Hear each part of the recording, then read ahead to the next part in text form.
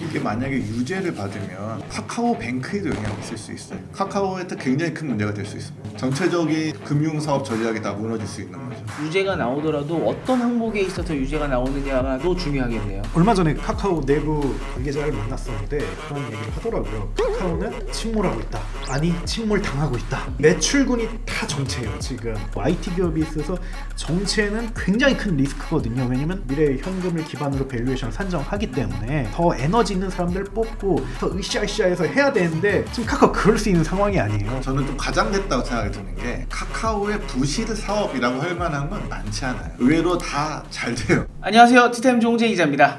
네, 안녕하세요. 바이라인 네트워크 신배석입니다. 안녕하세요. 월 11,900원 아웃스탠딩 최용식입니다. 오늘 그래서 카카오의 다음은 이라고 이제 제목을 붙여봤는데요. 카카오의 다음은 이라는 말은 두 가지 의미가 있죠. 네. 지금 다음 포털 사이트 다음이 많이 이슈가 되고 있어서 그 다음에 대한 의미이기도 하고요. 그다음에 카카오 전체적으로 지금 내후외환이 굉장히 심한 상태이기 때문에 카카오의 미래는 과연 어떻게 될 것인가 라는 거를 오늘 좀 짚어보려고 합니다. 일단 지금 제일 이슈가 되고 있는 거는 일단은 다음 포털인 것 같아요. 포털 같은 경우에 한 2주 내에 지금 벌어진 일인데 뭐 아시안 게임 축구로 촉발이 돼서 여론 조작이다 이제 이런 이야기들이 자꾸 나오는데 이게 왜 축구에서 지금 아시안 게임 하다가 무슨 여론 조작 이야기가 왜 나오게 된 겁니까? 이게 뭐 뉴스가 워낙 많이 나와서 아마 시청자분들도 대충의 이슈는 다 이제 이해하고 계실 것 같은데 잠깐 정리하자면 우리가 아시안 게임 축구 8강전이었죠. 그때 한국하고 중국하고 8강전을 펼쳤는데 다음 스포츠에 가면 뭐 응원하기 이런 게 있어요. 한국 응원하기, 뭐 중국 응원하기 이렇게 있는데 중국 응원한 분이 한국 응원한 분보다 훨씬 많았다는 거죠. 90% 이상 중국 응원이 더 많았다. 그런 거 이제 그런 현상이 있었는데 그런 현상을 이제 여러 사람들이 여러 가지 방안으로 이제 해석을 할 수 있잖아요. 근데 그 해석을 정치권에서 이거는 일단 정치적으로 해석을 하는 거죠. 아, 중국의 어떤 정부나 공산당이나 이런 조직적으로 한국의 여론을 지배하기 위해서 한국의 포털에 어떤 영향력을 미치고 있는 것이다. 그 증거다라는 이제 그런 주장이 나오기 시작하면서 이 주장이 이제 정치권 내에서 특히 이제 정치권 현 집권당과 그 정부 측에서 이제 설득력을 얻은 거예요. 그래서 막 정치 국회의원도 얘기하고 당 대표도 얘기하고 총리도 얘기하고 뭐 다 이제 이거 문제다. 심지어 대통령까지 이런 거 이제 주의해야 된다. 뭐 이런 문제가 나온 거죠. 특히나 다음은 옛날부터 좀 우파 정치권한테 미움받은 존재잖아요. 옛날에 아고라 이런 것 때부터 이상하게 뭐 왜 그런지 모르지만 다음에서 댓글 다는 분들도 약간 그 좌파 계열이 많고 뭐 우리가 흔히 그렇게 생각하는 경향이 있죠. 근데 그게 좀 뭐 화력이라고 이렇게 비유를 들자면 이게 정권이 잡힐 때마다 달라요. 물론 이제 그 플랫폼마다 그런 성격도 있기는 한데 사실은 왼쪽에서 잡았다라고 하면 온라인에서 화력이 어디가 세지냐? 오른쪽이 세져요. 왜냐면 그렇죠. 지지층이 집결하거든요. 그리고 왜냐면 지금 피해받고 있다고 다들 생각을 하고 있기 때문에 잉여 시간에 훨씬 더 많은 그런 화력을 집중합니다. 그리고 반대로 오른쪽이 잡으면 왼쪽에서 온라인에서 화력이 굉장히 세지는 그런 경향이 있어요. 지금 어쨌든 어떻게 보면 오른쪽에서 잡고 있는 건데 그 왼쪽에 지금 어떻게 보면 유례없는 그런 뭐 호황이랄까 어쨌든 화력이 굉장히 세지고 있는 상황이에요. 이거는 플랫폼과 이제 좀 무관하게 예를 들면 유튜브에서 가장 많은 구독자 수와 가장 많은 동접자 수를 가진 것도 사실 지금은 그 왼쪽이 더 많고요. 그리고 예전에 네이버가 확실히 그 전 정부 때는 좀 보수들의 그런 곳이었는데 근데 여기에도 진보에서 굉장히 많이 활동하는 모습이 보이고 있거든요. 그래서 좀 기본적으로 정권을 누가 잡느냐 뭐 신문도 마찬가지예요. 만약에 왼쪽이 잡으면 그 왼쪽 매체들이 좋아할 것 같지만 그게 또 좋아하진 않아요. 사실 언론이 할 일이 줄어들죠. 그렇죠. 언론은 사실 누군가를 비판해야 그렇죠. 되는데 그때 제일 찰지거든요 기사가. 그리고 재밌고 그래서 정말 구독 부수도 그렇게 정권에 잡는 거에 반대쪽에서 올라가는 경향이 있어서 지금 왼쪽의 화력이 온라인 화력이 굉장히 센 때이고 그러면 굉장히 이제 위정자들 입장에서 정권을 잡은 분들 입장에서 불안해하고 왜냐면 너무 세지니까 그리고 괜히 그러면 기업들 건드려요. 뭐 방송사를 건드린다든지 뭐 네이버를 건든다든지 카카오를 건든다든지. 근데 네이버 카카오는 굉장히 곤란하거든요. 이들 입장에서는 한쪽에 힘을 실어주면 다른 한쪽을 적으로 만드는 거고, 어차피 정권은 왔다 갔다 하기 때문에 이들은 정말 좀 극단적으로라도 중립성을 지키려고 합니다. 근데 항상 맞을 수밖에 없는 상황이고, 그런 좀 배경이 좀 있습니다. 뭐 내가 오른쪽에 서서 보면 세상이 다 왼쪽으로 보이는 거고, 내가 왼쪽에 서서 보면 세상이 다 오른쪽에 있는 거니까. 이게 뭐 서비스 주체가 어떻게 하느냐보다 내가 어느 쪽에 서 있느냐가 더 중요한 이슈인 건 맞는 것 같아요. 그 지금 이번 건을 봤을 때는 지금 중국 쪽에서 많이 눌렀는지 뭐 지금 저는 잘 모르겠습니다만 기사도 나오고 했을 텐데 지금 뭐 어떤 허점 때문에 이런 일이 벌어진 건가요? 이게 결국 뭐 한국 사람들이 중국을 90% 넘게 응원했을 리는 없잖아요. 네. 그거는 사실 말이 안 되는 거고 상상할 수 없는 건데, 결국 이제 다음이 이제 자체적으로 조사해가지고 이 결과를 발표했을 때 보면 두 개의 IP에서 2천만 번의 이제 좋아요 그 응원을 누른 거예요, 중국에. 그러니까 이게 총 3천 몇백만 그 조회수가 나왔는데 네. 그 중에 2천만이 거기서 나왔다는 거는 네.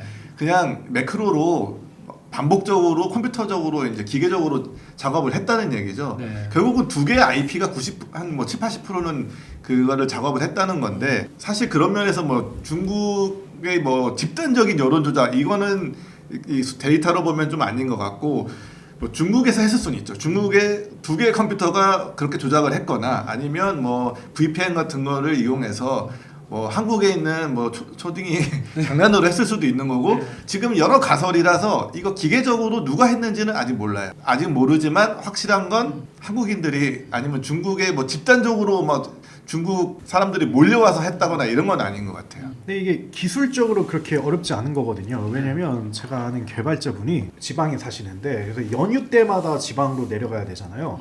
근데 그때 미리 예약을 하기 위해서 그 기차 예매를 해야 되는데 그걸 매크로로 이렇게 예매를 하시더라고요. 그래서 왜냐면 이게 자리가 한 자리 빠졌을 때 그걸 딱 들어가야 되는데 그 타이밍을 잡기가 굉장히 어렵잖아요. 근데 그걸 계속 반복적으로 이게 접속을 시켜서 이게 들어가더라고요. 그래서 저한테도 혹시 지방에 내려갈 거면 뭐 그렇게 얘기해 달라고. 그러니까 아마 근데 그 구조가 크게 다르지 않은 거기 때문에 자동화 기술로 계속 이렇게 접속을 하는 거거든요. 그래서 기술 자체는 좀 어렵지가 않다. 네. 다만 말씀하신 것처럼 어렵지 않기 때문에 뭐 누가 한지도 좀 애매한 거죠. 뭐 정치적인 의미로 할 수도 있는 거고, 근데 정말 뭐 재미로 할 수도 있는 거고, 그렇다고 볼 수가 있죠. 매크로로 철도청 그렇게 자주 접속하면 그래서 우리가 자꾸 명절 때 철도청 서버가 뻗는 거잖아. 철도청 아니죠. 철도공사죠 지금. 아니 저 예전에 리니지 할 때 보면 네. 매크로는 예전에 걸렸거든요. 네. 그 차단시키는데 이거 다른 데는 괜찮은 거예요? 아니 뭐 그거를 접속을 하는 것 자체가 문제는 아니죠. 거기 리니지에서는 그거로 다른 짓을 하니까 문제가 된 거죠. 네. 접속을 자주 했다고 문제가 되진 않을 거잖아요. 그래서 이제 매크로를 이제 자기가 알아서 돌아다니고 했었으니까. 그러니까 그게 심해 그 매크로 잘못 써서 이제 문제가 되는 분들이 드루킹 이런 분들은 이제 매크로를 업무 방해로 이제 구속도 됐었잖아요. 내가 이득을 보는 건 좋은데 남에게 잘못하면 안 된다. 그래서 지금 그런 매크로였던 것 같다라고 말씀을 해주셨고요. 매크로 돌려서 근데 응원한 게 이게 아까 정치적인 문제로 번지고 있다고 말씀을 해주셨는데, 기사 보니까 국무총리 주재로 TF까지 뭐 만들어졌다고 하던데 이게 지금 그렇게 큰 일입니까? 엄청 큰 일이죠. 이게 사실 이게 온라인 프로파간다라고 볼 수가 있죠. 말 그대로 선전인 건데, 사실 예전에도 주입식 교육이라든지 여론 조작을 통해 뭐 정치적 이익을 보려고 하는 게 역사적으로 굉장히 오래됐죠. 근데 온라인 시대에 들어서 방법이 굉장히 손쉬워졌고 기술적으로, 그리고 무엇보다 파괴를 굉장히 강해졌죠. 특히 소셜 미디어를 통해서 하는 거는 주변인이라든지 내 눈에 보이는 관계인들이 이렇게 얘기하는 거라 가지고 그 영향을 굉장히 직접적으로 많이 받을 수밖에 없죠. 그래서 실제로 이것이 정치라든지 아니면 뭐 투표라든지 지지율이라든지 뭐 이런 데 반영되기도 하죠. 그래서 뭐 트럼프 전 미국 대통령의 경우 뭐 러시아 게이트라고 해가지고 러시아가 선거에 개입을 해가지고 그의 당선을 도왔다 뭐 의혹을 받기도 하고, 물론 그는 아니라고 했습니다만, 그리고 국내에서도 드루킹 사태라든지 시발단 사태라든지 뭐 이런 것들이 구조는 사실 똑같은 거거든요. 일단 너무 이름 웃겨가지고. 그거 제가 만든 단어는 아니고 어쨌든 문제 됐었죠. 예, 저 보셨어요? 근데 그게 똑같아요. 구조가 매크로를 통해서 여론 조작을 하는 거예요. 그리고 사람이란 건 기본적으로 그 여론이라든지 상식에 영향을 받고 항상 뭐 커뮤니티에 보면 항상 이런 걸 올라오잖아요. 제가 이상한 건가요? 제가 불편한 건가요? 이런 게 사람은 꽤 상식을 따르고 싶어요. 근데 그렇지 않으면 그렇지 않은 거구나. 근데 이게 정치에 이용되면 이게 굉장히 좀 무섭죠. 왜냐면 이게 어떻게 보면 부정선거 수준의 악영향을 만들 수가 있는 거거든요. 그래서 이거에 대해서 굉장히 이제 정부에서는 굉장히 그 예민하게 생각하고 있고, 게다가 뭐 조만간 총선도 걸려 있고 대선도 걸려 있는 건데, 그래서 이걸 어떻게 잘 해결할 것인가, 뭐 이게 굉장히 중요한 건데, 근데 이게 사실은 되게 해결이 좀 어려운 것 같아요. 왜냐면 일종의 뭐랄까 좀 페이크 뉴스라고 해야 될까, 뭐 여론 조작이라고 할까, 뭐 이런 거와 관련된 건데, 아직 법적으로도 이걸 해소하거나 해결할 수 있는 그런 수단이 많지 않고, 굳이 뭐 따지자면 뭐 허위사실 유포라든지 아니면 뭐랄까 명예훼손 뭐 이런 걸로 걸 수밖에 없는데, 이게 굉장히 애매하단 말이죠. 그래서 이거를 그걸로 봐야 될 것인지 좀 굉장히 어려우면서도 복잡한 문제고, 그래서 이번에 TF를 만들었는데 사실 할 수 있는 게 별로 없어요. 뭐 방통위를 뭐 중심으로 해서 이렇게 만들었다라고 하는데, 뭐 거기서 그 이야기하는 거는 이걸 법제화하고 앞으로 이런 재발 방지를 해야 되겠다라고 하는데, 아직 그런 이걸 어떻게 법으로 만들 수 있을까, 이게 좀 어렵다고 볼 수가 있죠. 이번 거는 너무 과잉에 오버를 너무 심하게 했다고 저는 생각하는데, 일단 스포츠에 응원 누르는 게 무슨 여론하고 상관없는 거잖아요. 저도 그걸 여쭤보고 네, 싶었어요. 여론하고는 상관없는 거고, 이거를 계기로 이제 옛날에 드루킹 사태 같은 거를 이제 다시 상기해서 그 TF 이런 걸 만드는 건데, 사실 다음의 경우는 댓글도 다 없앴어요. 댓글도 없어요 이제. 다음에서는 사실 뭐 여론을 조작할 수도 없어요. 그 댓글 대신 무슨 타임 채팅 뭐 이런 걸 해가지고 하루만 그 대화를 할 수 있고 이제 댓글을 남길 수도 없거든요. 근데 이제 뭐 다음 대상으로 무슨 여론 조작을 할 수도 없는 상황이란 거죠. 여기서 중요한 건 법제화를 하냐 안 하냐 이런 건 논의돼서 중요한 게 아닌 거죠. 뭐를 하느냐가 중요하잖아요. 어떻게 법제화를 할 것이냐. 그래서 지금 정부에서 나오는 얘기는 댓글에 국적을 표시하겠다 이런 거거든요. 그러니까 국적을 표시하면 이제 중국 사람들이 와서 댓글을 달면 중국인인 게 표시되지 않을까라는 건데, 중국 사람들이 VPN 못 쓸까요? 그렇죠. 그러니까 그건 IP 기반으로 하겠다는 거죠. 그렇 당연히 국적을 IP 기반으로 할 수밖에 없죠. 그러니까 이제 사실 실효성이 없는 얘기를 할 수밖에 없다.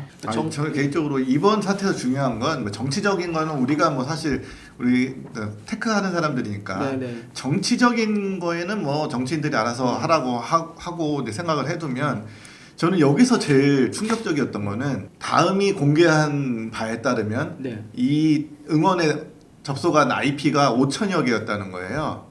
그 응원 한중전 할 때, 한중전 할 때 그 좋아요로 그 응원을 누른 사람이 사람은 아니죠. IP가 5천 개였다는 거예요. 다음이 대한민국 2등 포털이거든요. 그리고 아시안 게임이었고 한중전이었어요.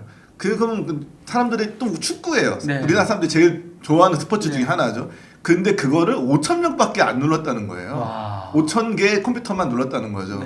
이거는 다음이 어떻게 된 거지? 이런 생각이 들어요. 왜 심지어 로그인도 안 해도 되는 거였는데, 네이버는 로그인해서 응원하게 누르는데 600만 명이 눌렀어요. 600만 IP가 눌렀어요. 그러니까 이게 너무 격차가 차이 나잖아요. 다음은 어떻게 된 건가? 이런 생각이 들 수밖에 없는 거죠. 600만이에요. 저는 그래도 조금 카카오 입장에서 생각을 해서, 뭐 요새는 그걸로 중계를 볼 수 있는 것도 아니고 굳이 거기 들어가서 누를 필요 없으니까 안 들어가나 했는데, 네이버는 그럼에도 불구하고 600만이 들어간 거죠. 중계도 안 했으니까 사람이 안 봤나 보다 할 수 있는데 격차가 너무 크다는 거죠. 좀 심각할 정도인데요. 사업적으로 봤을 때 카카오가 얼마 전에라고 해야 되나요? 몇 달 전에 이제 다음을 포털을 분리했잖아요.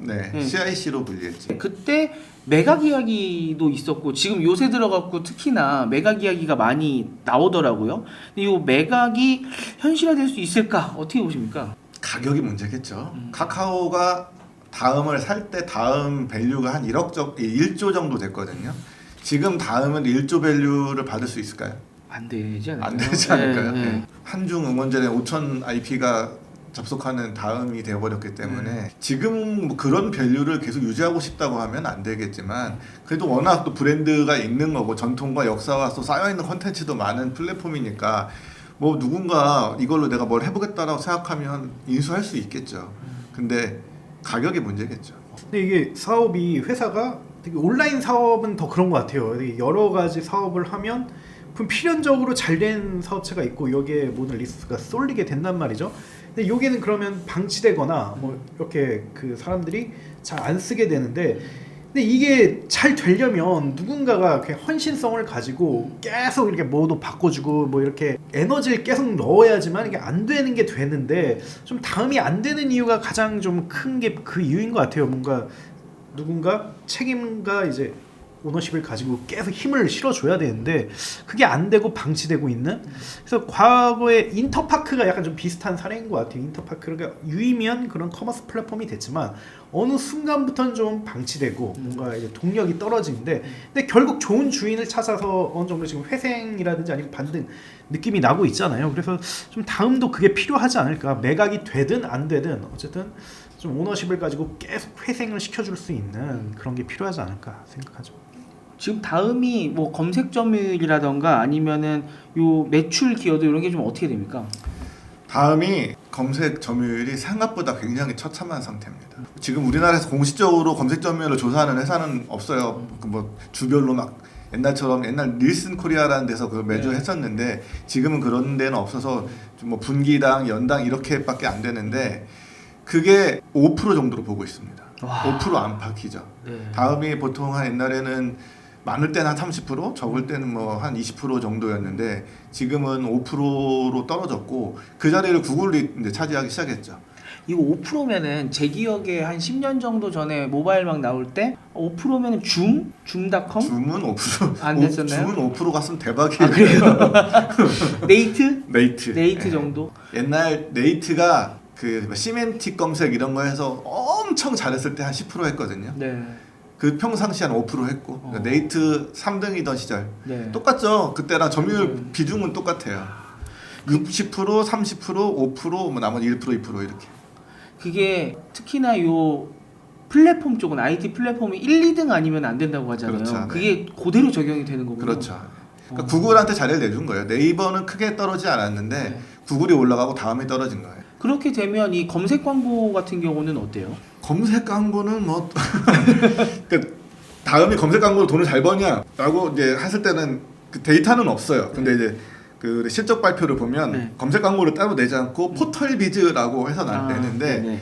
그 포털 비즈가 뭐 이런 다음 검색 광고를 비롯하여 디스플레이 광고 그다음에 뭐 카카오 스토리 이런 거까지 다 포함한 건데 전체 매출이 한 6% 차지하거든요. 그러니까 아주 미미한 거죠. 네. 그리고 또 이 6%가 성장세에 있는 것도 아니고 매년 줄고 있기 때문에 지금은 사실 카카오 전체 입장에서 다음은 관심의 대상이 아니에요. 근데 합쳐서 6%라고 하면은 네. 아무튼 그게 예전 다음에 거의 대부분의 매출이었던 거잖아요. 그렇죠. 네. 그럼 다음이 그냥 그대로 있었으면 지금 처참한 상황인 거네요. 그렇지 않을 수도 있죠. 카카오가 다음을 인수한 다음에 너무 신경을 안 썼어요. 왜냐하면 카카오는 인수한 다음에 계속 카카오톡이 너무 빠르게 성장했고 카카오톡으로 자리를 잡은 다음에는 뭐 은행, 택시 뭐 여러 가지 엄청 많이 했잖아요. 그 경영진 입장에서 신경 쓸 게 그쪽으로 너무 많기 때문에 다음한테 신경을 너무 안 썼어요. 그러다 보니까 다음은 계속 이제 그냥 흐지부지 되는 정자. 지금 뭐 넷플릭스부터 시작해서 디지털 광고에 대한 중요성이 계속 올라가고 또 지면을 얼마나 많이 확보할 수 있느냐, 디지털 지면을, 이게 굉장히 지금 각광을 받고 있는 상황인데 참 아쉬운 상황이군요. 이렇게 어떻게 보면은 카카오톡 이외에는 가장 큰 트래픽을 내는 곳일 텐데 여기가 이렇게 무너지고 있다는 게 카카오 입장에서도 굉장히 큰 문제가 아닌가라고 생각이 드네요. 지금 뭐 아까 말했다시피 한중전 응원 IP 5,000개 나오는 상황이면 네. 광고 비즈니스는 좀 어렵다고 봐야죠. 그리고 뭐 뉴트렌드가 사실은 그 카카오톡에 있는 그런 광고라든지 아니면 뭐 지역 광고라든지 뭐 이런 뭐랄까 모바일에 굉장히 최적화되고 타겟팅된 광고 위주로 이 시장이 크고 있다 보니까 아무래도 다음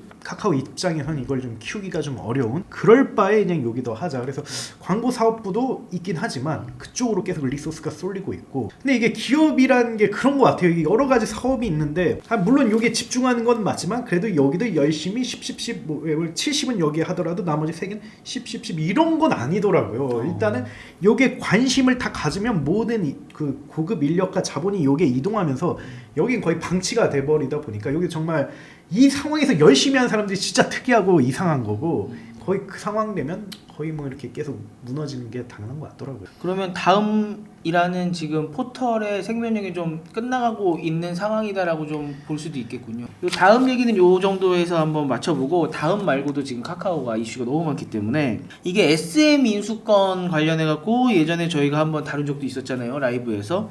그런데 지금 갑자기 뭐 주요 경영진이 구속될 위기다. 오늘 구속영장 심사를 하고 있는 것 같더라고요. 지금 네, 지금 하는 네. 중이라고 들었습니다. 하고 있는 것 같던데 지금 배재현 카카오 최고정보 책임자, 그 다음에 강호중 카카오 투자전략실장, 이준호 카카오엔터 투자전략 부문장 이 세 분께서 구속영장 심사를 지금 받고 있다. 그다음에 김범수 창업자 같은 경우는 사무실을 압수수색까지 당했다고 하더라고요. 이게 왜 때문에 이렇게 된 겁니까? 뭐 시세 조종 혹은 주가 조작에 대한 의혹 때문인데 뭐 아시다시피 SM 인수전에 카카오가 참여를 했는데 하이브하고 경쟁이 붙었었잖아요. 하이브가 공개 매수한다라고 이야기를 했고 카카오는 우리는 더 큰 금액으로 공개 매수하겠다라고 했는데 근데 주가가 굉장히 빠르게 오르면서 하이브가 공개 매수가로 제시한 것보다 더 높았는데 그렇죠. 그래서 그때 좀 이야기가 좀 많이 나왔었죠. 하이브 입장에서 이건 좀 이상하다. 아무리 비딩이 붙었어도 이건 뭔가가 있는 거 아니냐라고 이렇게 나왔는데 근데 뭐 지금 카카오가 의혹을 받고 있는 거는 크게 두 가지 문제 제기가 있는 것 같아요. 첫 번째는 2,400억 원 규모를 들여가지고 하이브가 제시한 공개 매수가 이상으로 주가를 의도적으로 띄웠다는 거. 그 이유는 본인들이 회사를 인수하기 위해서 했다는 거. 그리고 이 과정에서 몇 가지 행정적인 조치가 미비했다는 거. 뭐 예를 들면 5% 이상 지분을 보유한다면 그에 대해서 공시를 한다든지 알려야 되는 의무가 있는데 그걸 하지 않았다는 거. 그래서 이것 때문에 지금 금감원으로부터 문제 제기를 받고 압수수색까지 당하고 있는 상황이라고 볼 수가 있습니다. 첨언하자면 그 5%라는 거는 카카오 혼자는 5%가 안 넘어요. 근데 카카오 혼자는 당시에 산 주식이 5%가 안 넘는데 그 어떤 사모펀드가 하나 있었거든요. 그 사모펀드가 카카오가 움직이기 전에 먼저 많이 움직였어요. 근데 이게 한 팀이냐 아니냐에 대한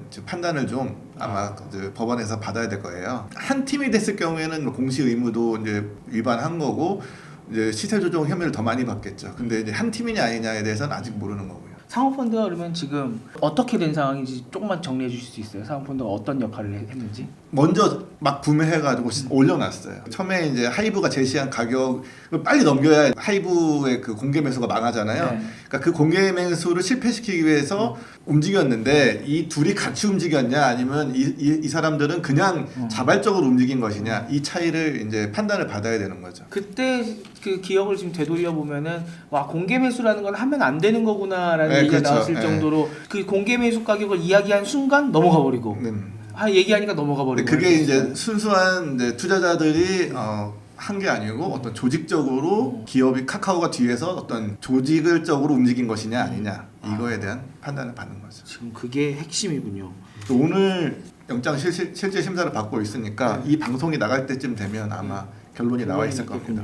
여기에 관련해서 그러면 카카오 쪽 입장은 어때요? 뭐 인정을 하는 겁니까? 아니면 억울하다고 하는 겁니까? 뭐 일단 아니다. 일반적인 시세 조정과 다르다라는 건데 뭐 영화 작전이라는 그런 걸 보면 그게 딱 나와 있죠. 시세 조정의 그런 뭐랄까 바이블 같은 게 나와 있죠. 일단은 허위사실 뉴스라든지 아니면 뭐 통정거래라든지 뭐 이런 걸 통해서 가격을 계속 올리고 그 다음에 대량으로 뿌려가지고 이렇게 빠지려고 하다가 이게 좀 잘못해서 우여곡절이 된 그런 영화인데 어쨌든 부정한 방법을 통해서 올리고 그걸 통해서 물량을 던짐으로써 차익을 보는 게 일반적인 뭐 시세 조정이라고 볼 수가 있어요. 근데 카카오는 그게 아니라는 거죠. 우리는 일단은 첫 번째는 그 과정에서 일반적으로 우리는 주식을 샀을 뿐이지 근데 뭐 허위사실 유포라든지 뭐 통정거래라든지 이런 거 하지 않았다.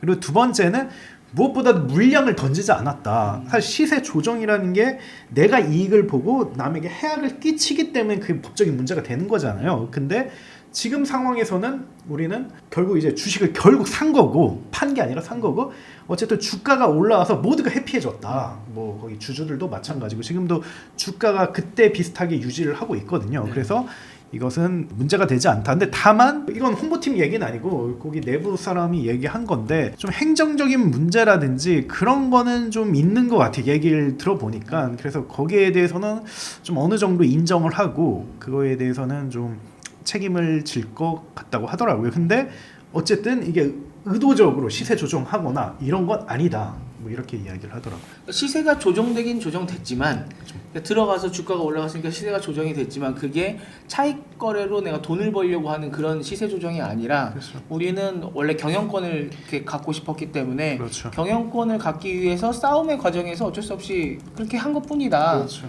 그걸로 뭐 우리가 돈 벌고 부정적으로 한 건 없다 이제 이런 이야기를 하는 예, 거군요. 어차피 주식을 공격적으로 매입을 하면 네. 올라가기 마련이죠. 그리고 그걸 뭐 주변에게 같이 할 수도 있는 거고 그거는 뭐 일반적인 건데 근데 그게 뭐랄까 부정한 방법으로 나중에 차익을 보면 그게 문제가 되는 건데 그게 아니다라는 게 카카오의 입장. 이게 만약에 유죄를 받으면 예. 카카오뱅크에도 영향이 있을 수 있어요. 그래요. 이런 금융사를 소유하기 위해서는 대주주 적정성 평가 같은 걸 하는데 대주주가 이런 어떤 주가 조작 이런 혐의가 있으면 네. 대주주가 될 수 없거든요. 그러면 이제 문제가 좀 더 커지는 겁니다. 단순히 한두 명 감옥 가는 문제가 아니고 네. 카카오한테 굉장히 큰 문제가 될 수 있습니다. 카카오뱅크를 만약에 놓치게 되는 일이 벌어진다고 하면 이건 진짜로 큰 일인 거잖아요. 네, 그렇죠. 어. 전체적인 이제 금융 사업 전략이 다 무너질 수 있는 거죠.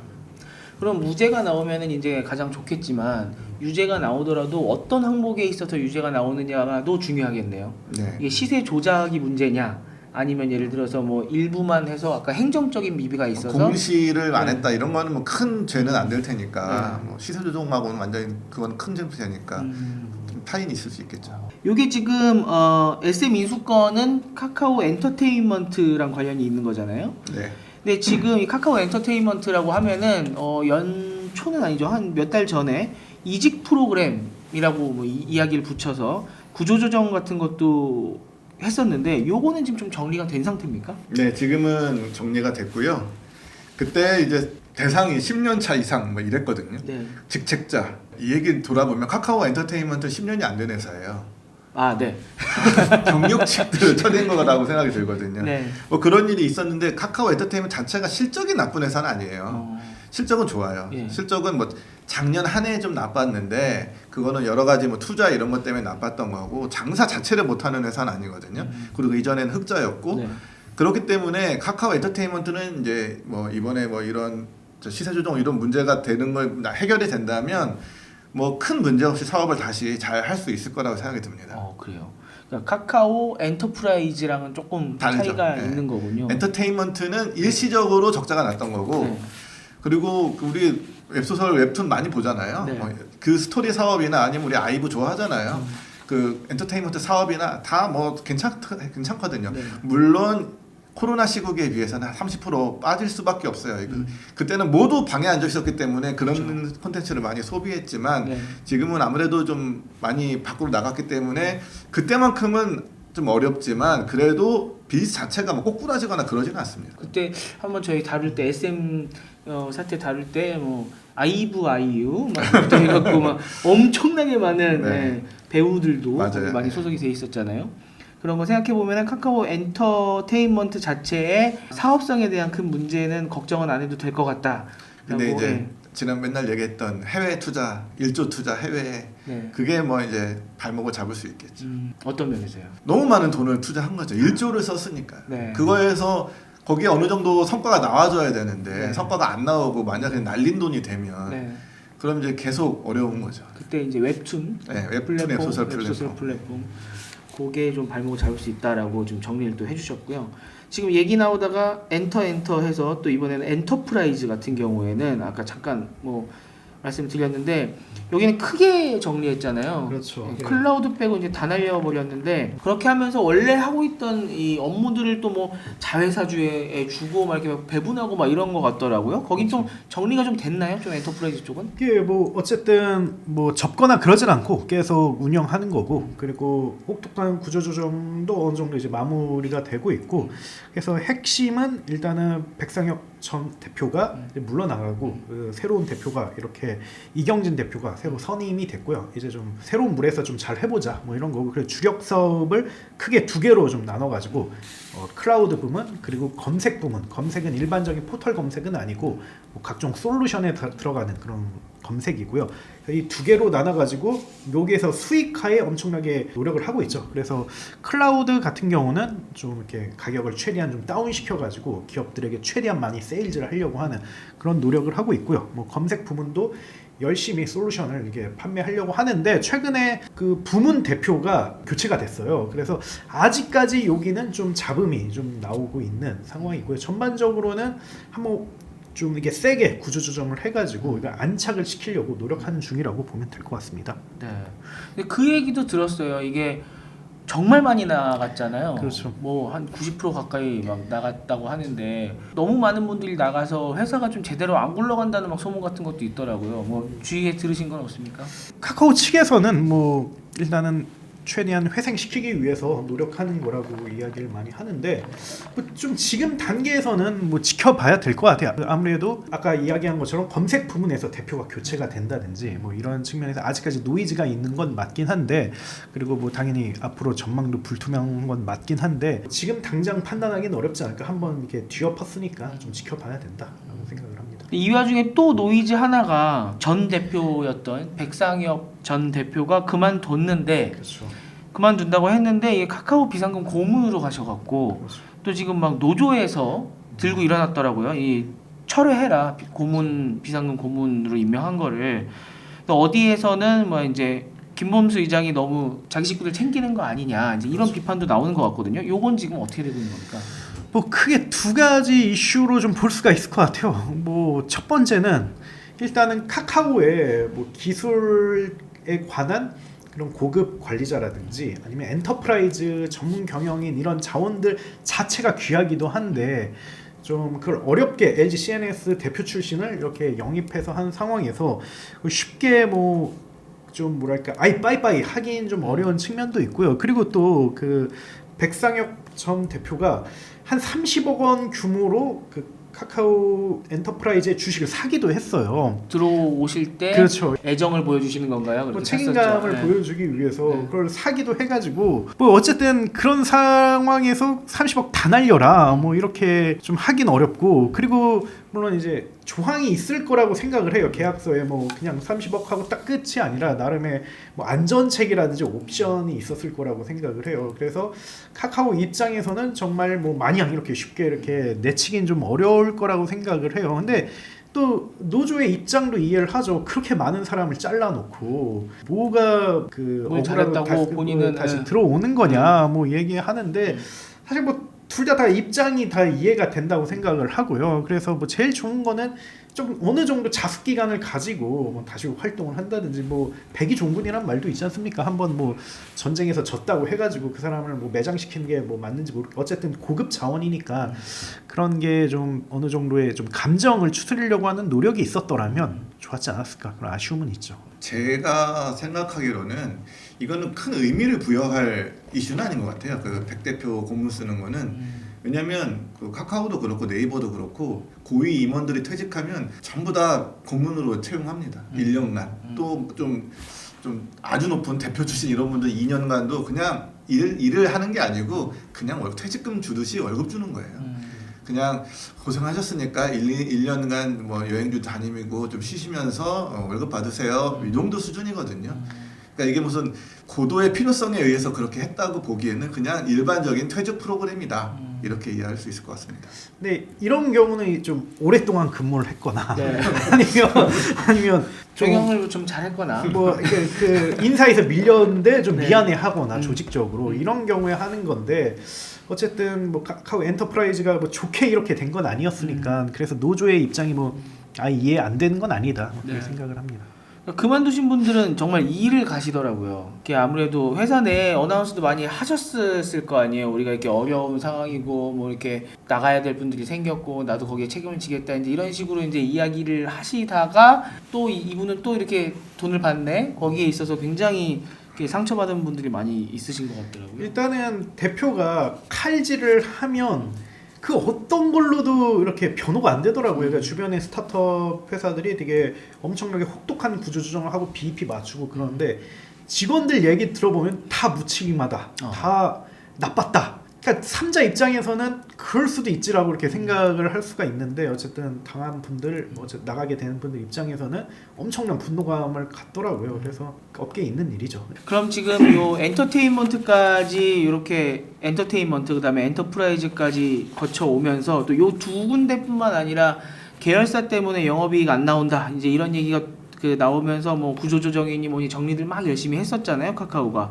그럼 그게 조금 지금 이제 정리가 어느 정도 된 상황입니까? 아니면은 아직도 이 계열사가 카카오의 발목을 잡는 상황입니까? 저는 좀 과장됐다고 생각이 드는 게 카카오의 부실 사업이라고 할 만한 건 많지 않아요. 의외로 다 잘 돼요. 그래요? 카카오의 부실 사업 가장 큰 부실은 엔터프라이즈였죠. 가장 큰 적자를 냈고 문제가 됐었는데 엔터프라이즈는 아직 완성이 안 됐어요. 지금도 희망퇴직을 또 시작했더라고요. 그러니까 여전히 더 규모를 줄일 필요가 있는 거고 그리고 뭐 기업 비즈니스가 막 성장세에 있는 것도 아니기 때문에 엔터프라이즈 계속 고민이 될 겁니다. 벌려놨다 사업 다 이제 쳐내고 핵심 사업 2개로 간다라고 했는데 이 핵심 사업 2개가 엄청 잘 되는 사업은 아니었거든요. 이젠 잘해볼게 라는 정도이기 때문에 요거는 좀 더 뭐 지금도 희망퇴직을 받고 있다고 하니까 좀 더 구조조정을 더 할 거고요. 나머지 사업에서는 크게 뭐 엄청나게 문제가 되거나 뭐 예를 들어 모빌리티 뭐 크게 문제가 되지 않거든요. 그다음에 뭐 카카오 뭐 뱅크 뭐 계열사는 아니지만 문제 별로 안 되고 적자를 페이가 좀 보긴 하는데 카카오 페이는 뭐 사업이 안 돼서 적자를 본다기보다는 비즈니스가 이제 구조 자체가 조금 아직 그 산업 자체가 좀 그런 경향이 있잖아요. 우리 토스도 적자니까 그 산업 적자가 아직 적자인 산업이기 때문에 예상 가능한 적자이고 나머지는 뭐 크게 문제가 되는 데는 별로 없는 것 같습니다. 뭐 브레인 이런 데는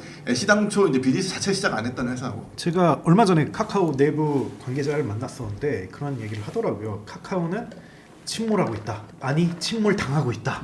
근데 이게 그 두 가지 표현이 굉장히 되게 뭐랄까 시적이고 되게 와닿더라고요. 물론 이 얘기를 제가 카카오 홍보팀에게 얘기를 했더니 그건 아니다. 우리는 사업 단단하고 막 위축되는 게 아니다라고 하는데 제가 얼마 IR 자료를 그걸 보고 IR 자료를 면밀히 다 검토를 하고 했어요. 네. 근데 거의 매출군이 다 정체예요 지금. 그리고 이번 분기에 매출이 조금 오르긴 했어요. 네. 원래 분기 기준으로 1조 8천억 정도씩 매출을 내다가 네.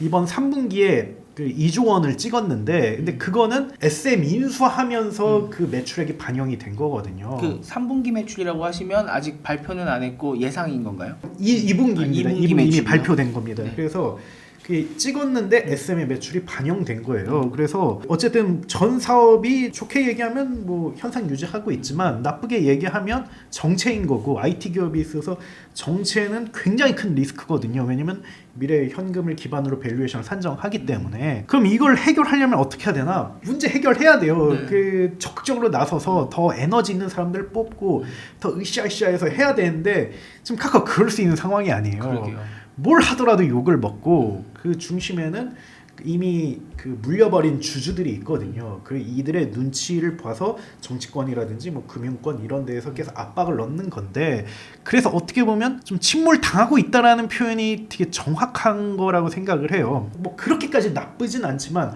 분명히 여기서 뭔가가 필요하고 근데 주주들이라든지 뭐 외부 시선들 때문에 계속 뭔가 이제 문제 해결이 안 되는 그런 상황이라 가지고 그래서 개인적인 생각으로는 좀 욕을 좀 그만했으면 어떨까 카카오에 대해서 좀 이제 침몰에서 벗어날 수 있는 기회를 주자. 뭐욕 많이 했잖아요, 사실 1-2년 동안. 근데 지금 이게 분위기 보니까 계속 욕 먹을 것 같아요. 그리고 계속 정권이라든지 뭐 여기저기서 이렇게 휘두를 것 같은데 그러면 정말로 이게 침몰해버릴 수가 있어가지고 뭐 주주들 입장에서도 카카오가 잘 되라고 비판을 하는 거지 뭔가 이게 더 무너지라고 비판하는 건 아니라고 생각을 해요. 그래서 저는 좀 그런 관점이라든지 그런 진단을 내리고 싶습니다. 탄탄하다.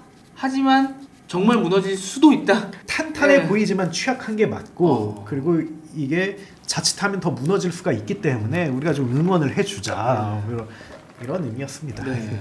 탄탄하다. 네, 탄탄하다고 생각합니다. 네. 네. 탄탄하지만 해보지만 취약하다. 예, 뭐 네. 할 수가 없어요. 뭔가 네. 이게 그 하면 좀 네. 그러기 때문에 네. 근데 성장을 빠르게 이제 카카오는 지금까지 급성장을 계속했던 회사기 때문에 성장이 멈춘 이 시점에 대해서 다들 당황해하고 있는 거죠. 주주들도 마찬가지죠. 계속 성장할 것으로 생각하고 투자를 했는데 네. 이제 멈췄거든요. 근데 이 멈춘 걸 다시 성장을 당한다는 표현 약간 저는 공감되는 게 성장이 멈췄으니 다시 성장하려면 일을 저질러야 돼요. 네. 일을 저지르려고 하면 그거는 뭐 골목 사건 침해야, 그거는 뭐 문제야, 그거는 뭐 문제야 저지를 수 없게 만들고 있거든요. 그러니까 이제 일을 저지르지도 못하고 성장도 못하고 계속 주가는 떨어져 있는 상태고 이런 상태면 이제 침몰 당한다 이런 표현이 좀 맞을 수도 있겠죠. 그걸 누가 제일 피해 봤냐면 IT 업계와 주주들이 제일 피해를 본다. 그렇기 때문에 뭐 약간 비판을 할 수 있다고 생각을 해요. 근데 그래도 좀 응원을 섞어가면서 좀 했으면 네.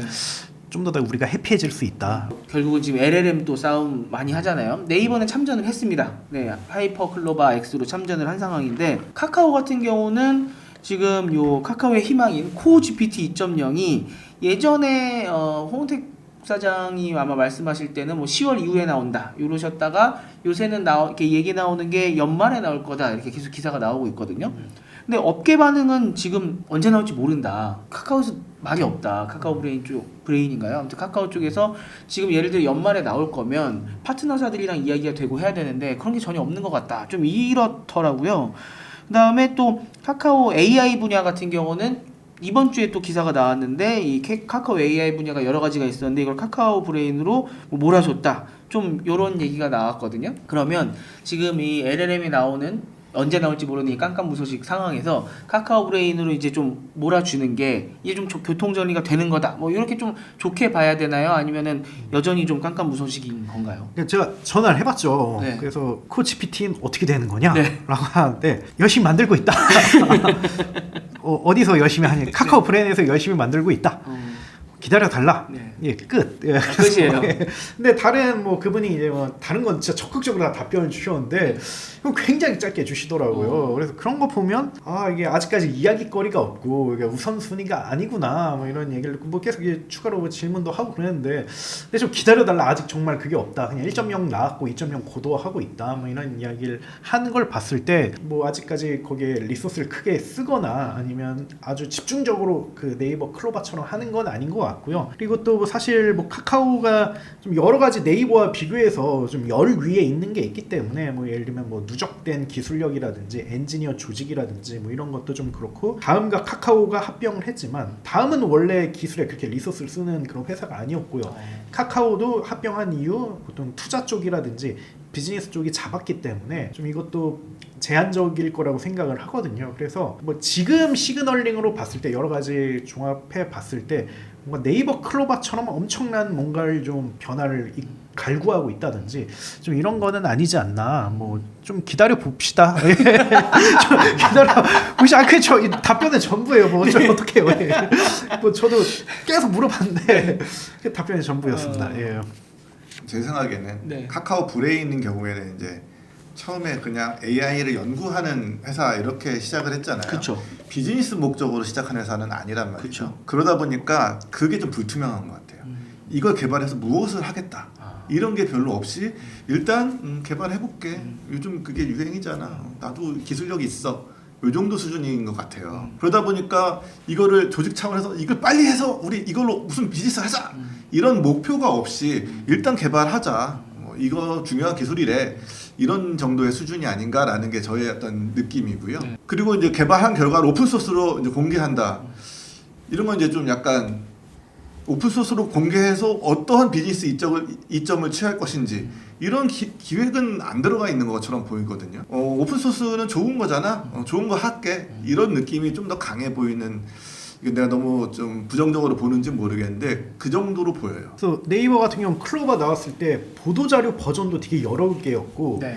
그리고 내놓는 뭐 데이터 이미지 이것도 굉장히 많았었고 그리고 뭐 실제로 홍보팀하고 얘기했을 때도 굉장히 자세하게 좀 얘기를 해줬어요. 근데 뭐 카카오의 보도자료라든지 뭐 이런 거 봤을 때는 역시 좀 훨씬 좀 약하다는 느낌을 많이 받았거든요. 그래서 좀 그렇게 추측을 할 수가 있는데 만약에 그게 아니라면 좀 카카오 브레인 측에서 더 열심히 이렇게 PR하고 그래야 되지 않나 이렇게 덧붙여 봅니다. 생각해 보면은 하이퍼 클로바 X가 나올 때는 한 두어 달 전 정도부터 이제 언제 나오는지 공고 이미 하고, 그다음에 막 뭐 설명회 같은 거 하고, 그다음에 언제는 클로바 X 나올 거고, 그다음에 Q 나올 거고, 뭐 스케줄링 이런 게 최소한 아무리 짧아도 한 달 아니면은 두세 달 전에 보통 이렇게 쭉쭉쭉 나온단 말이에요. 그리고 이게 제품을 내보내려고 하면은 보통은 제품은 완성이 돼 있는 상태에서 마지막에 이제 이거 어떻게 해야지 뭐 마지막 조율하는데도 시간이 꽤 오래 걸리잖아요. 근데 지금 10월 중순이 넘었는데 이제 11월 12월밖에 없는데 이게 연내 내려고 하면은 지금쯤은 뭔가 메시지가 나왔어야 될 것 같거든요. 근데 메시지가 안 나오는 거 보면은 확실히 연내 출시가 과연 가능할까라는 저도 느낌적인 예상을 한번 해봅니다. 보통 이 네이버도 그렇고 뭐 구글도 그렇고 MS도 그렇고 이 LLM 하는 회사들의 1차적인 비즈니스 모델은 API 판매란 말이죠. 네. 요거는 클라우드랑 같이 움직일 수밖에 없어요. 근데 카카오 클라우드가 이제 사실 그렇게 세지 않고 또 심지어 다른 회사잖아요. 브레인하고 클라우드 그 엔터프라이즈랑. 그러니까 네이버는 LLM 조직을 그 네이버 클라우드 회사 안으로 다 집어넣었거든요. 그렇죠. 그래서 클라우드 비즈니스를 LLM으로 한다. 이게 이제 확실한 비즈니스 전략이 보이고 다른 회사 다 마찬가지로 클라우드와 LLM을 같이 간다 이건데 카카오는 지금 별도로 가고 있어서 어떤 비즈니스 전략인지 잘 모르겠어요. 그리고 데이터 센터가 또 있어야 되지 않습니까?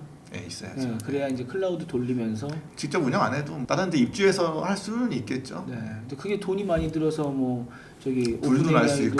네, 그렇죠. 불. 남해까지 들어갔을 때는 그렇죠. 그러니까 이게 참 뭐 거의 삼재격인 것 같은 게 올해 별의별 일이 다 일어나고 있어서 참 카카오한테 이렇게 안 좋은 일이 계속 재발하고 네. 하는 것 같아요. 거기에서 이제 또 하나 말씀드릴 게 그 와중에 뭐 저기 부사장께서 게임 결제 1억 원을 사용해서 또 징계를 받으셨어요. 이건 또 뭡니까? 뭐 말 그대로 자기가 이제 카카오는 이제 전 직원한테 법인카드로 주거든요. 네. 전 직원한테 법인카드로 주는데 그거는 다 개개인의 직원 이름이 쓰여 있는 기명 카드예요. 근데 조직장한테는 네. 무기명 카드를 줘요. 이걸 쓴 거죠, 이분이. 기명 카드는 이제 내가 다 이제 어디에서 본인이 다 이제 증명이 남는 거고 네. 조직장 카드는 이제 무기명 카드. 물론 이제 조사하면 다 나오지만 그 카드를 게임 아이템 사는데 1억 원을 썼다고 하더라고요. 당연히 문제가 되고 이거를 이제 카카오가 3개월 직무정지라고 해야 되나요? 뭐 이런 걸 했는데 사실 일반 직원이 그랬으면 살아남을 수 있었을까요? 법적인 책임을 져야 되지 않을까요?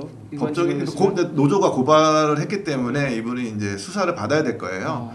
뭐 배임 횡령 이런 쪽이겠죠. 그런 쪽에 수사를 이제 받게 되지 않을까 싶습니다. 이게 저는 궁금한 게 기사 보고 잘 모르겠어갖고 혹시 자기네 게임에 쓴 겁니까? 아니면 그냥 사적으로 쓴 겁니까? 그거는 이제 공개되지 않았는데 자기네 게임이 다행히도 자기네 그래요? 게임 카카오 게임에 카카오 게임지에 있는 게임을 그런 걸로 지금 알려져 있는 있는데 거예요. 이게 최소한 그렇게라도 해야 아니 갑자기 저는 기사를 리니지 사면 너무 싫어. 아니 전 기사를 봤을 때 어떤 생각도 했었냐면은 그런 얘기 많이 들었거든요. 게임사에서 게임 낼 때 CEO가 이제 열심히 미리 해봐야 된다. 네네. 현질도 해보고 네네. 해야 이제 경영진에서 해봐야 이걸 이제 어떻게 마케팅도 하고 할지 그다음에 이게 재밌는지 피드백도 주고 하다 보니까 그런 의미로 했나? 저는 그 생각을 했었거든요. 근데 보통 그럴 때는 아이템 1억 원씩 사지 않죠. 그렇죠. 이제 카드사의 수수료도 나가고 쓸데없이 그렇게 할 필요가 없기는 하죠. 그리고 이분이 지금 게임사 아니고 카카오 회사. 그러니까 이게 지금 화제는 그렇다 쳐요. 자기들 잘못이 아니니까. 근데 이렇게 계속적으로 자기들 잘못인 것도 이렇게 엮이고 있다 보니까 카카오에 대한 미움이 좀 계속 올라가고 있는 게 아닌가 싶은데 화제도 잘못이죠. 불난 거 자체는 어쩔 수 없는 일이었다 네. 치더라도 그쵸. 그 뒤에 시스템이 이중화 안 되어 있고 이런 거는 그쵸. 이제 잘못이죠. 잘못이 있었죠. 근데 이제 불만 안 났으면 안 들켰을 거 아닙니까? 근데 그것만이 문제가 아니라 좀 이거는 저 잘못했는지 잘했는지 그건 잘 모르겠는데 최 대표님한테 한번 여쭤볼게요. 이 남궁훈 전 카카오 대표님이 요 상황에서 또 가장 큰 보수인 뭐 96억 원을 받았다 이런 또 기사가 나서 많은 분들이 허탈해 하시더라고요. 지금 남궁훈 대표님 같은 경우에는 공동대표 하시자마자 얼마 안 돼서 그 카카오 화재 나갔고 책임지고 공동대표 내려오시고 뭐 그다음 최근에는 이제 아예 회사를 떠난다까지 발표가 됐는데 떠난다는 기사가 먼저 나고 그다음에 96억 이야기가 나왔단 말이에요. 요거 지금 왜 이렇게 많이 받으신 겁니까? 일단은 카카오가 자회사 대표들에게도 스톡 옵션을 발행해요. 그게 왜냐하면 공동의 목적에 다 같이 부합을 하고 그다음에 자회사가 잘 되면 뭐 본사도 잘 되는 거니까 모티베이션을 주기 위함이고 남궁훈 대표 같은 경우 많이 받았어요. 카카오 게임즈 재직 시절에 많이 그리고 지금 문제가 된 것도 그때 받은 게 문제가 되는 건데 근데 그 남궁훈 대표가 받은 거는 문제가 거의 안 된다고 볼 수가 있어요. 왜냐면 고생 진짜 많이 했거든요. 2015년 말에 합류를 했는데 그때는 카카오가 되게 어려웠을 때예요.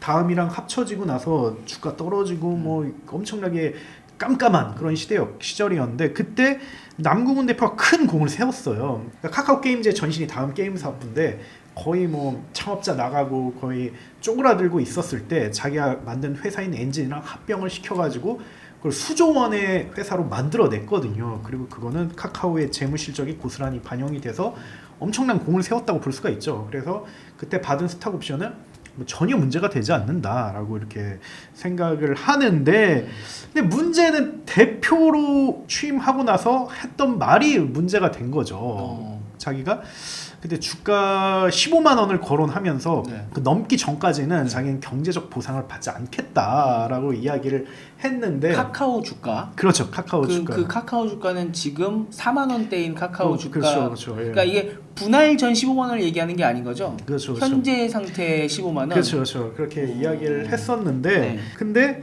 이게 약간 안 맞긴 해요. 왜냐면 그 남궁훈 대표가 얘기한 거는 그 자기가 카카오 게임즈 대표 시절 받은 스톡 옵션이 아니라 카카오 대표로서 받는 그런 보상에 대해서 이야기를 한 거지 전에 얘기를 한 건 아니거든요.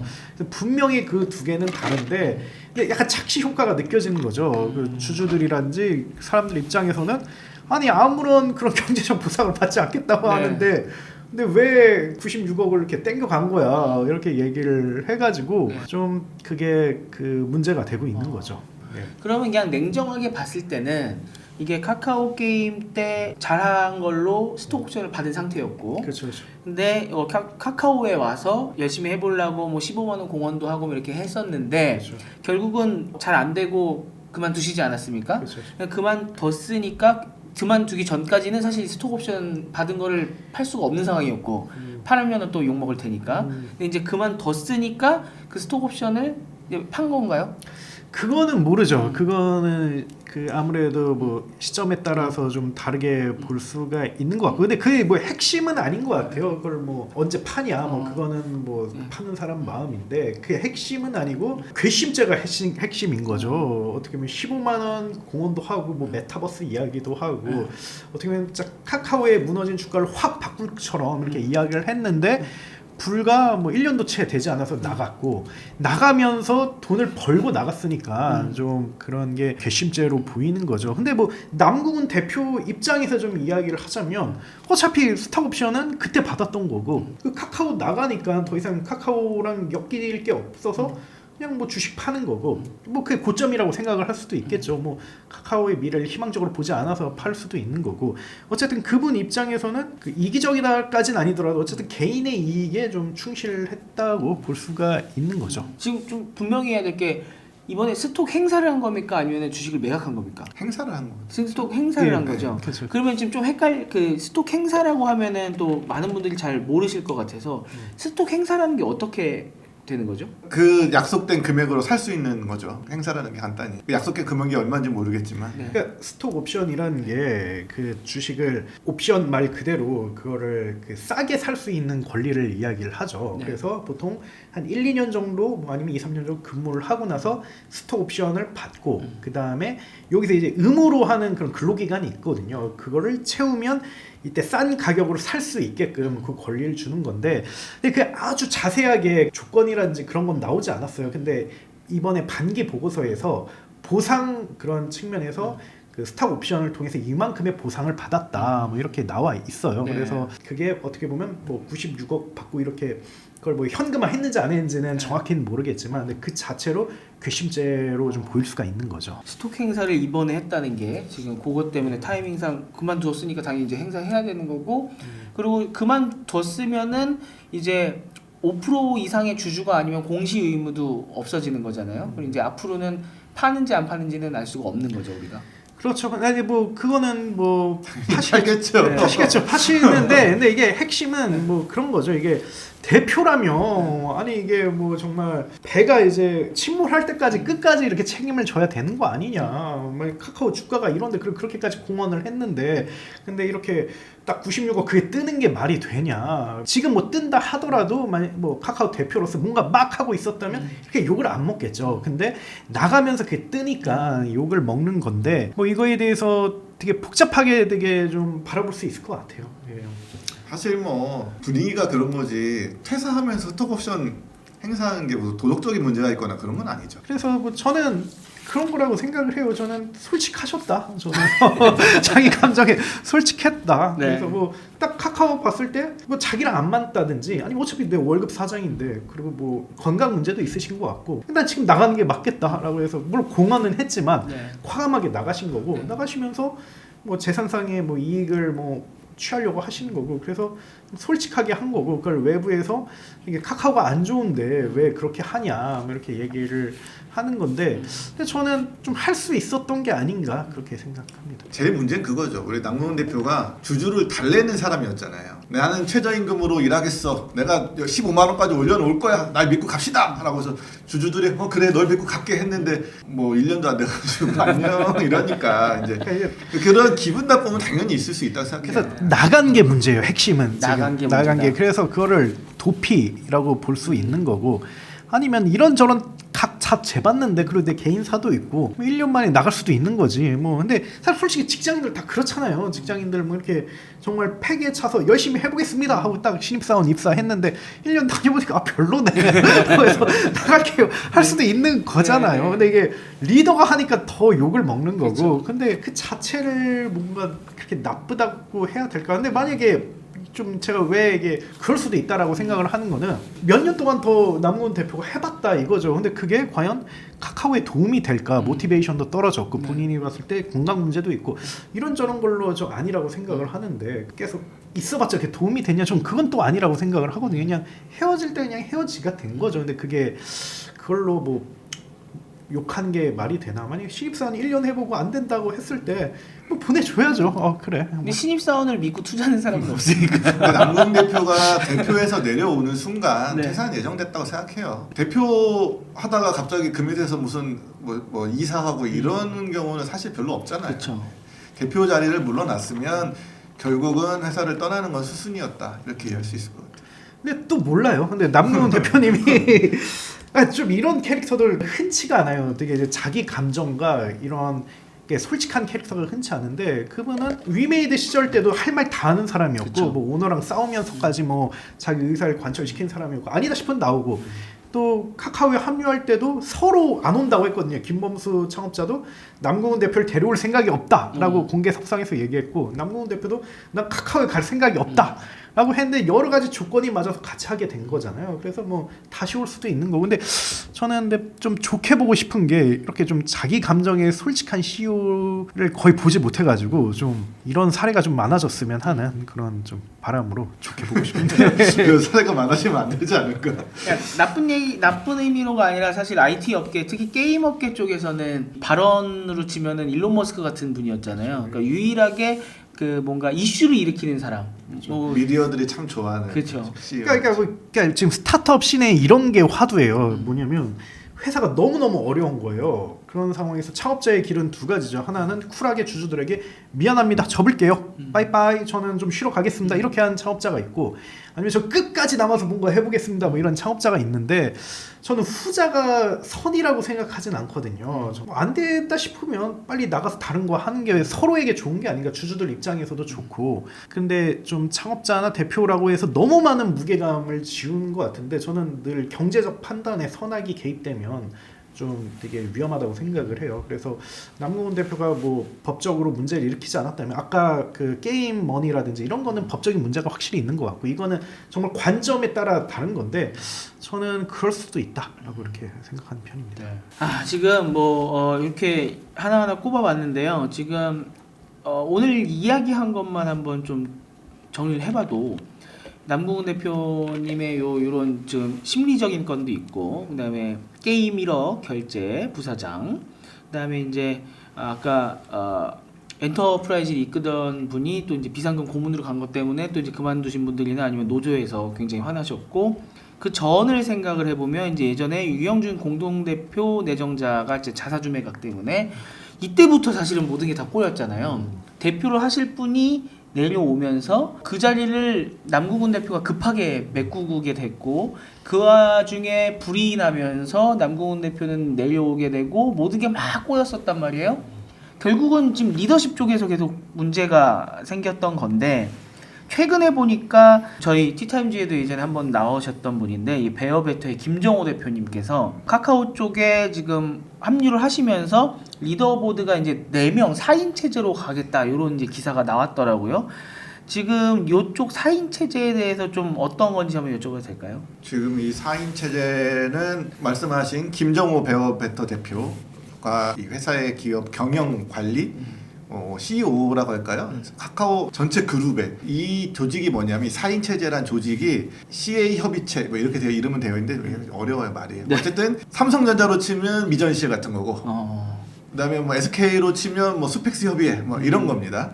이런 전체 그룹사의 방향을 설정하고 우리 저 길로 가자라고 이제 손을 가리키는, 그래서 일사불란하게 그룹 전체가 이렇게 글로 가자 이런 건데, 카카오는 이게 없었어요. 옛날에는 이런 게 없었는데, 이게 없을 때는 막 계열사들이 서로 사고를 너무 많이 쳐은 거예요. 예를 들어 뭐 갑자기 그 모빌리티가 꽃 배달하겠다고 나서가지고 골목상권 이슈를 가지고 카카오 그룹 전체가 욕먹고, 뭐 이런 일이 계속 계열사들이 서로 각계 전투를 막 하다 보니까 너무 혼란스럽고, 막 카카오페이 대표는 막 주식 팔고 막 이래가지고 이게 계열사들을 이제 하나의 어떤 비전으로 묶고 같이 가자라고 할 어떤 리더십이 필요한 건데, 그게 이거예요. 그게 이건데 이제 원래 다른 분들이 하다가 또 한참 바뀌어서 이번에 4인 체제가 된 건데, 이 4인 체제는 누구냐면 이제 김정호 대표, 베어베터 대표죠. 좋은 일 하시던 분. 그 김정호 대표님 같은 경우는 과거에 네이버의 네이버의 COO 출신이에요. 거기 네이버에서도 이제 운영 관리를 많이 했던, 인사 관리도 하셨고, 나중에는 이제 뭐 중국법인장 이런 것도 하셨는데,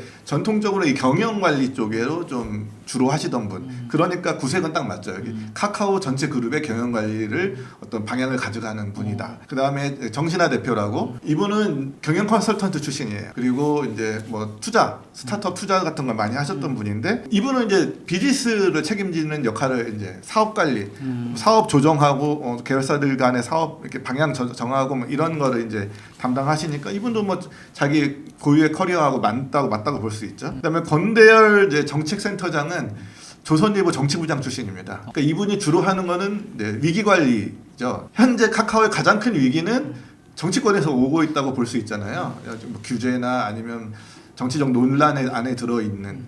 그러니까 조선일보 정치부장 출신이면 얼마나 정치권에 인맥이 많겠습니까? 그러니 이제 이분이 가서 이제 잘 이야기해서 정치인들에게 카카오의 현 상황과 뭐 카카오가 오해는 풀고 뭐 좀 이렇게 이제 설명할 거 설명하고, 이런 분이 책임지고 하실 수 있겠죠. 주로 우리가 뭐 대관 업무라고 부르는 그렇죠. 좀 그쪽. 그러니까 리스크 관리인데, 이제 그 중에 아마 대관을 주로 하지 않을까라는 생각이 들고, 또 언론이니까 언론도 이제 뭐 리스크 관리 쪽에 할 텐데, 그런 PR이 따로 있으니까 나중에 좀 봐야겠죠.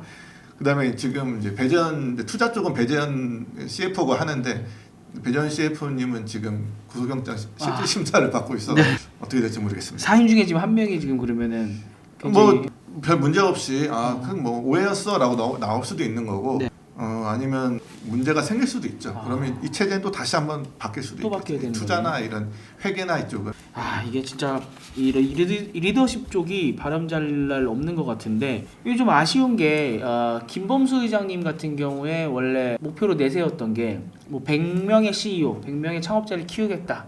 리더들을 이 IT 업계의 많은 리더들을 양질의 리더를 키워내겠다라는 게 원래 이분의 목표였잖아요.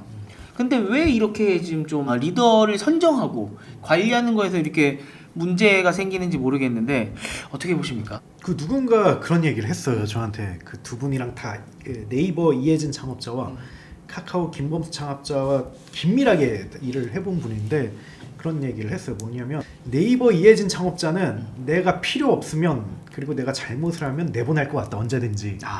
근데 김범수 창업자는 내가 무릎 꿇고 읍소를 하면 날 끝까지 데려갈 것 같다. 대신 평생 무릎 꿇어야 될 것 같다.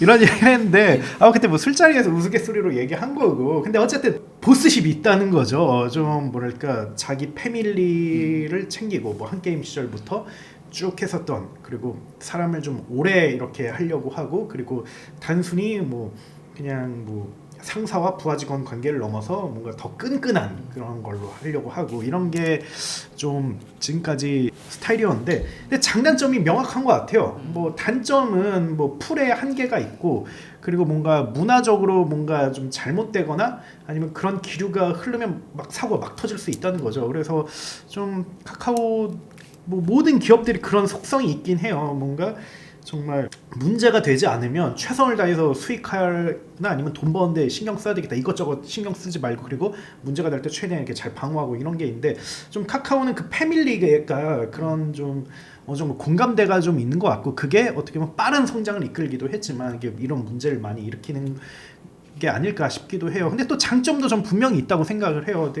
뭐 나간 분도 있고 무리를 일으키는 분도 있지만 굉장히 잘하시는 분들도 있거든요. 그 내부적으로. 그리고 정말 뭐 믿을 만한 사람 그리고 서로 손발 맞춘 그런 관계이기 때문에 정말 대기업임에도 불구하고 굉장히 스타트업처럼 일할 수 있는 그런 장단점이 있는 것 같아요. 근데 어쨌든 뭐 카카오 홍보팀하고도 얘기하고 뭐 여러 가지 사람이랑 얘기하지만 확실한 거는 너무 빠르게 성장을 했다. 몇 년 동안 시스템이 없다. 뭐 이런 이야기를 다들 하는데 그게 정말 지금 해결해야 되는 그런 문제인 것 같고 전 크게 두 가지가 더 필요한 것 같아요. 첫 번째는 일단 중간 관리자의 육성 뭔가 위에서 한두 명이 나가더라도 그걸 빨리빨리 채울 수 있는 되게 유능한 사람들이 그래서 처음부터 끝까지 이렇게 층층이 이렇게 인재들이 포진돼야 되는데 그걸 좀 만드는데 좀 부족했고 그걸 지금 만들어야 되는 게 있고 그다음 두 번째는 이제 외부 인사도 잘 이렇게 영입을 해야 되는 거죠. 이번에 뭐 김정우 대표님은 너무나도 훌륭하고 뛰어난 분이지만 또 일각에서는 뭐 이럴 수도 있거든요. 사실은